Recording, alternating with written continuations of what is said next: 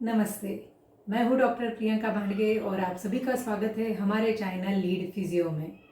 काफ़ी बार पेरेंट्स मुझे पूछते हैं कि मैडम बच्चे को अर्ब्स पाल्सी है तो क्या फिजियोथेरेपी ट्रीटमेंट करने से ठीक होगा, क्या स्टिमुलेशन करना चाहिए, एक्सरसाइजेस करनी चाहिए या सही में फिजियोथेरेपी से ठीक होगा।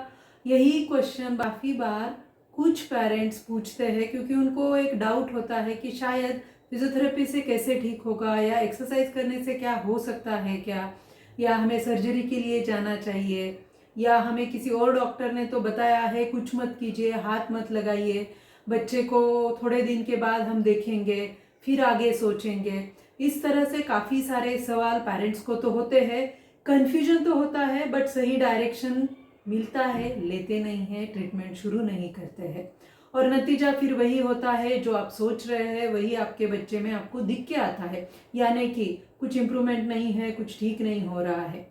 लेकिन हकीकत यानी ही साइंस क्या कहता है, रिसर्च क्या कहता है कि अगर आप फिजियोथेरेपी ट्रीटमेंट आप शुरू करते हैं तो डेफिनेटली बच्चों में इम्प्रूवमेंट दिखनी ही है और इम्प्रूवमेंट होती भी है और दिख भी रही है जो पेरेंट्स सही टाइम पे ट्रीटमेंट शुरू करते हैं।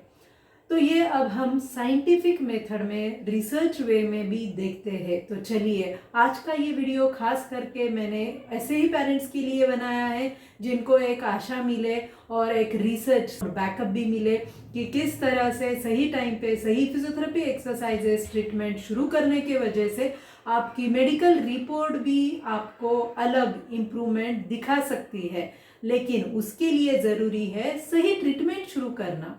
आज मैं आपको बताने वाली हूँ कि जो ये छोटा बच्चा हमारे पास ऑनलाइन ट्रीटमेंट के थ्रू जुड़ा था, ये हैदराबाद से है।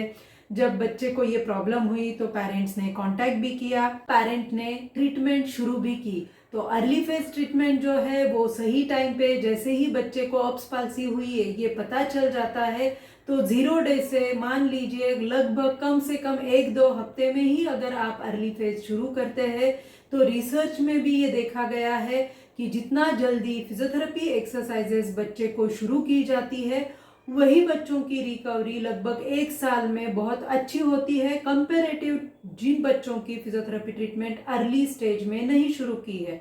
और ये मैंने पहले भी प्रीवियस वीडियो में विथ रिसर्च बैकग्राउंड आप लोगों के लिए मैंने दिखाया भी है। वो वीडियो शायद आप लोगों ने देखा भी होगा, अगर नहीं देखा है तो उसकी लिंक यहाँ पे मैंने नीचे दी हुई है, तो आप वो वीडियो भी ज़रूर देखिएगा।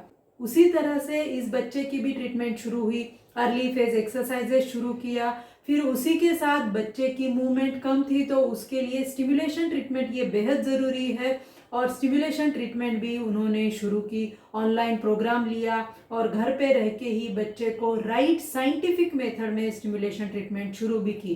बच्चा जब 3-4 महीने का था तब उन्होंने बच्चे की एनसीवी नर्व कंडक्शन स्टडी की।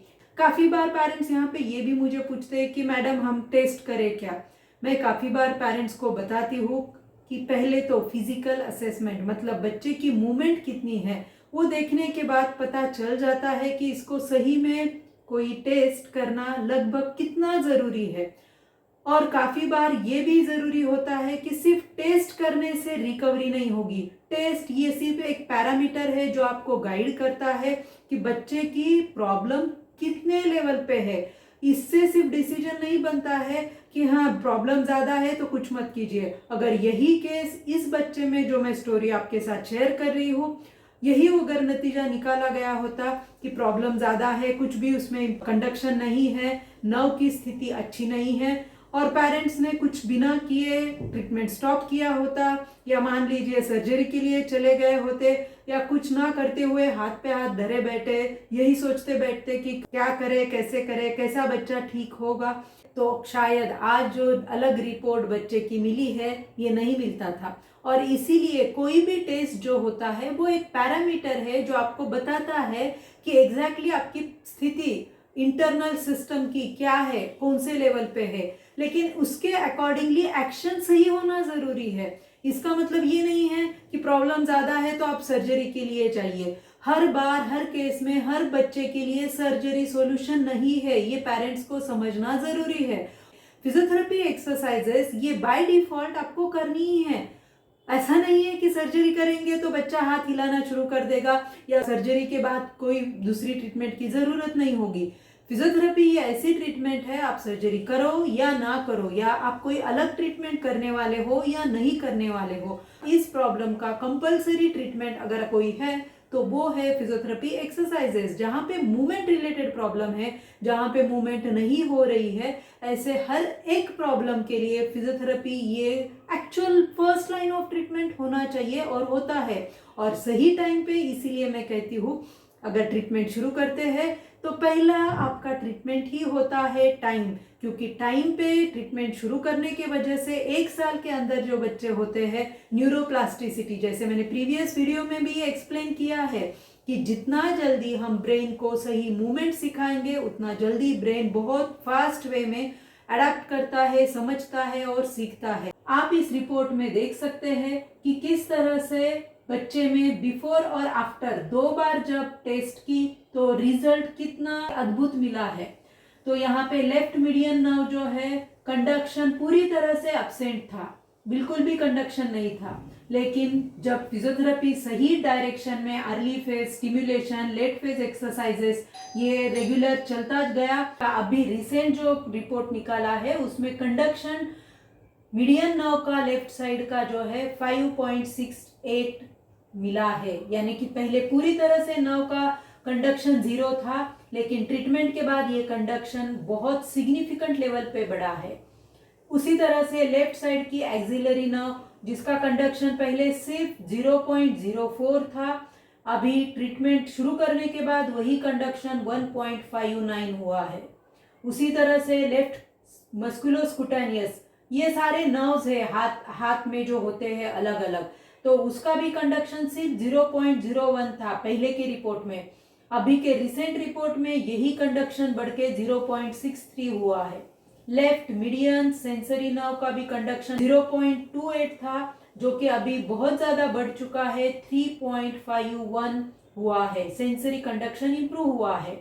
हाँ, अल्ना नर्व का कंडक्शन अभी भी इंप्रूव नहीं हुआ है, वो इंप्रूविंग स्टेज पे है, और इसीलिए सही टाइम पे सही फिजियोथेरेपी का जो इम्पोर्टेंस है ये रिपोर्ट ही हमें बता रहा है कि जहाँ पे हम सही फिजियोथेरेपी अगर करते हैं तभी जाके वो रिपोर्ट का भी कुछ इम्पोर्टेंस बनता है। नहीं तो सिर्फ रिपोर्ट निकालेंगे, स्टडी करेंगे कि अच्छा ये प्रॉब्लम है, लेकिन सॉल्यूशन पे ही सही डायरेक्शन में नहीं काम करेंगे तो उसका नतीजा भी सही हमें नहीं मिलेगा।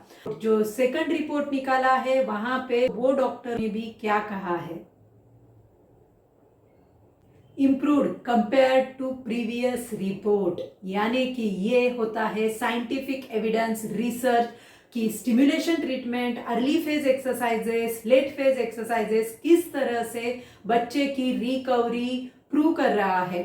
और काफी बार जो पेरेंट्स मुझे पूछते हैं क्या ये ट्रीटमेंट करने से ठीक होगा, क्या ये ट्रीटमेंट हम अगर करेंगे क्या बच्चा पूरी तरह से ठीक हो सकता है। कमेंट्स यूट्यूब में भी काफी बार पेरेंट्स पूछते हैं क्या ये कंडीशन पूरी तरह से ठीक हो सकती है। जी हाँ, हो सकती है, अगर सही टाइम पे आप सही एक्शन लेते हैं तो।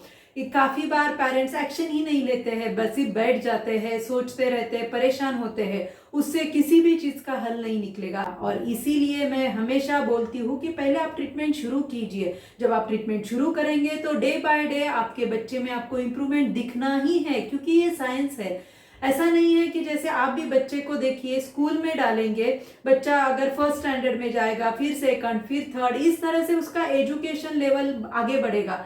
तो क्या आप ये सोच के बच्चे को स्कूल में नहीं डालते हैं कि अगर मेरा बच्चा इंजीनियर नहीं बनेगा या मेरा बच्चा डॉक्टर नहीं बनेगा या पायलट बन सकेगा या नहीं बनेगा तो ही मैं स्कूल में डालूंगा? नहीं ना। तो आप पहले उसका बैकग्राउंड यानी कि उसका फाउंडेशन ठीक होगा तब वो आगे बढ़ेगा, और जब उसका फाउंडेशन अच्छा होगा तब वो उसका कंप्रहेंशन, उसकी बुद्धिमत्ता बढ़ेगी, उसका लेवल इंप्रूवमेंट जो है इंटेलिजेंस का वो बढ़ेगा, और उसके अकॉर्डिंगली फिर उसका आगे का एजुकेशन होगा। सो उसी तरह से उतना ही सिंपल आपका ट्रीटमेंट का अप्रोच होता है। अगर आप सिर्फ यही सोचते बैठेंगे कि हाँ ट्रीटमेंट करने से होगा क्या तो करेंगे, नहीं होगा तो शायद नहीं करेंगे, तो हाँ या ना में नहीं होता है। जब आप जर्नी शुरू करते हैं तब जाके उसमें स्टेप बाय स्टेप इंप्रूवमेंट होगा।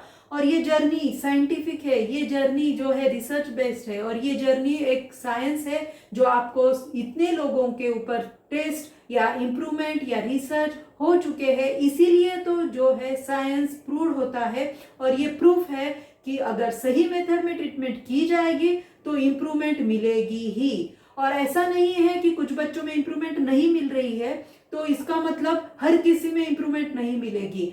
और इसीलिए साइंटिफिक मेथड में जब आप ट्रीटमेंट करेंगे तो रिकवरी आपको मिलेगी ही। और आखिरी में यही मैसेज मैं सभी पेरेंट्स को फिर से दूंगी, सिर्फ वेट मत कीजिए। इंतजार करने से कोई भी कंडीशन ठीक नहीं होता है, परेशान होने से तो बिल्कुल भी नहीं ठीक होगा, और हाथ पे हाथ धरे बैठने से तो कुछ होने भी नहीं वाला है।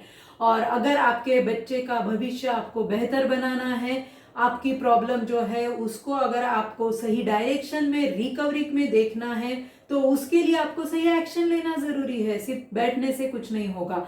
और काफी बार पेरेंट्स बोलते हैं हमने भी तो फिजियोथेरेपी की, हमने भी तो एक्सरसाइज करवाए बट फायदा नहीं हुआ। तो ये भी देखना जरूरी है क्या आपने स्टिमुलेशन लिया है तो क्या वो सही method step by step structure scientific method में लिया है। दूसरी बात, अगर आप एक्सरसाइज कर रहे हो तो जैसे मैंने पहले भी वीडियो में बताया, सिर्फ हाथ पैर ऊपर नीचे करना मतलब फिजियोथेरेपी नहीं होता है। मोटर रिकवरी सही वे में होने के लिए structure step by step brain को इन्वॉल्व करते हुए डिफरेंट साइंटिफिक फंडामेंटल्स के ऊपर काम करते हुए एक्सरसाइज करना बेहद जरूरी होता है। तो क्या उस तरह से एक्सरसाइज आपके हो रहे हैं या सिर्फ 4-5 एक्सरसाइज करके आप सोच रहे हैं कि उसका पूरा रिकवरी होगा, तो सेम एक्सरसाइज करके आपको अलग रिकवरी नहीं मिलेगी। सेम एक्सरसाइज से जितना रिकवरी आना है वो आ चुका होता है और तब जाके कंडीशन स्टैग्नेंट यानी रुक जाती है, इंप्रूवमेंट दिखती नहीं है। तो आप ऑनलाइन कंसल्टेशन ले सकते हैं, ऑनलाइन ट्रीटमेंट भी हमारे पास कर सकते हैं और आपके बच्चे को एक बेहतर भविष्य दे सकते हैं। मैं आशा करती हूँ कि ये वीडियो आपको जरूर पसंद आया होगा, तो आप इस वीडियो को जरूर आगे फॉरवर्ड कीजिए। ऐसे पेरेंट्स हैं जिन तक ये वीडियो पहुंचने से शायद उस बच्चे के लिए भी बहुत ज़्यादा हेल्प होगी उसका भविष्य बेहतर करने के लिए। अगर आपको भी कोई डाउट है या आपको भी कोई कंफ्यूजन है तो नीचे आप दिए हुए नंबर पे व्हाट्सअप मैसेज कर सकते हैं, यूट्यूब पे कमेंट लिख सकते हैं, ताकि मैं आपको हेल्प कर सकूं आपके बच्चे के रिकवरी में। और नए वीडियो में मैं आपको फिर से मिलूंगी, तब तक के लिए धन्यवाद।